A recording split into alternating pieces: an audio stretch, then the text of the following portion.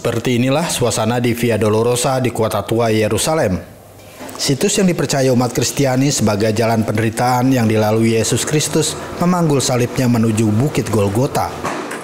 Now it is a little bit sad to see that the old city is empty and that in fact nobody is able to walk the Via Dolorosa, but we know that in this moment so many people are walking a personal Via Dolorosa, because when I think to those who are in the hospitals and in the houses fighting with coronavirus, in some way they are walking a very hard and personal Via Dolorosa, and I hope that for every one of them the end be a resurrection. Jalan seremonial Fransiskan di sepanjang Via Dolorosa menandai perjalanan yang diyakini orang-orang Kristen pada Yesus untuk disalibkan dan dibangkitkan. Rute Paskah ini ditandai dengan relief perunggu yang menggambarkan perjalanan salib. Relief tersebut merupakan hadiah dari Verona yang diukir oleh seniman Italia Alessandro Muto. The sculptures of the Via Dolorosa are a gift, a wonderful gift from Verona in Italy. Ini merupakan pemberhentian keempat stasiun lintas yang merupakan titik perhentian di mana Yesus bertemu dengan ibundanya Maria. We see the station in which Jesus meets his mother. We see the suffering of the mother. We are living a strange day. I feel that it is something that helps me to identify immediately and to visualize, to have the image. Seperti ini Via Dolorosa, jalur yang berkelok-kelok dari Benteng Antonia ke arah barat menuju Gereja Makam Kudus, berjarak sekitar 600 meter yang selama ini menjadi tujuan utama para peziarah. Seperti klerus lainnya, para biarawan Fransiskan ini menyesuaikan diri dengan pedoman jarak sosial ketika mereka berdoa di sepanjang Via Dolorosa, berhenti di stasiun 14 Salib yang menandai peristiwa menjelang penguburan Yesus. I did the Via Dolorosa last Friday and it was completely empty. We were 10 friars because the provisions where that no more than 10 people can pray in an open space, and we were the only ones doing the Via Dolorosa. Ketika mereka tiba di makam, mereka berdoa untuk yang sakit dan sekarat di seluruh dunia, dan staf medis memperlakukan mereka seperti para pendahulu merawat orang sakit di abad pertengahan. For me, the feeling was a great personal emotion, the responsibility to pray in the place in which Jesus conquered death, to pray for all those who are in this moment very in faith. Denominasi Kristen yang memiliki hak asuh atas makam suci menghadapi penutupan yang belum pernah terjadi sebelumnya.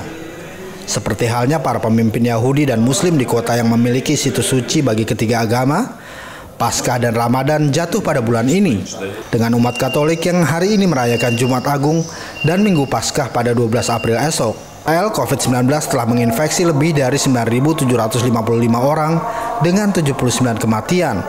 Penduduk dikurung di rumah mereka untuk semua aktivitas kecuali kegiatan penting yang tidak termasuk upacara keagamaan.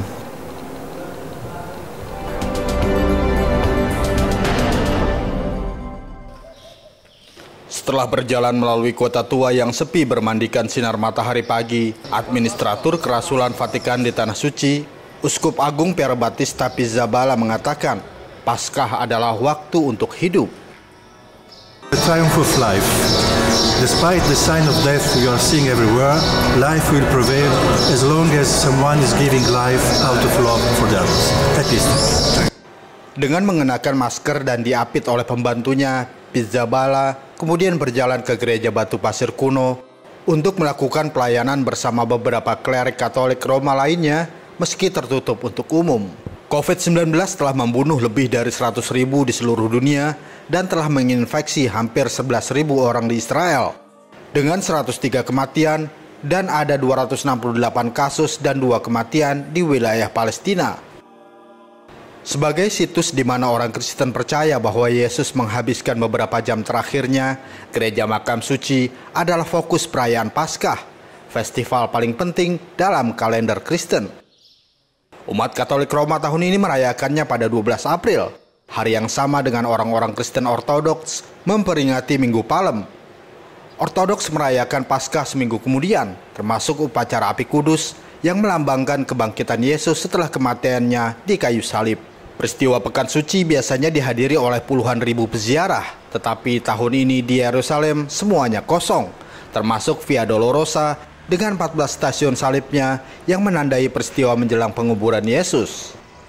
Makam Suci ditutup untuk umum bulan lalu karena pembatasan Israel terhadap pertemuan publik, tetapi telah dibuka untuk kebaktian Pekan Suci yang hanya dihadiri oleh para klerik senior dari denominasi yang memiliki hak asuh yang sama dengan Gereja Ortodoks Yunani, Katolik Armenia, dan Katolik Roma.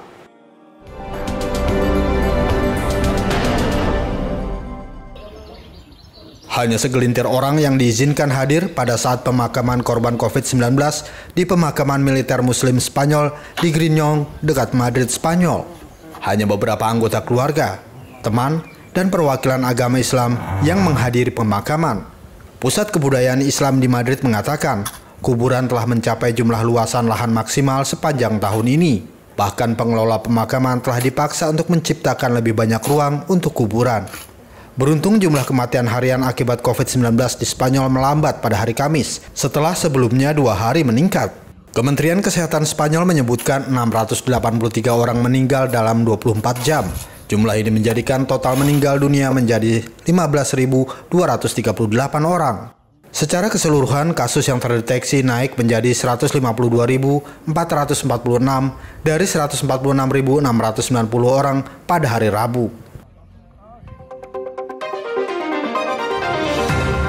Kami masih akan kembali dengan informasi mancanegara menarik lainnya.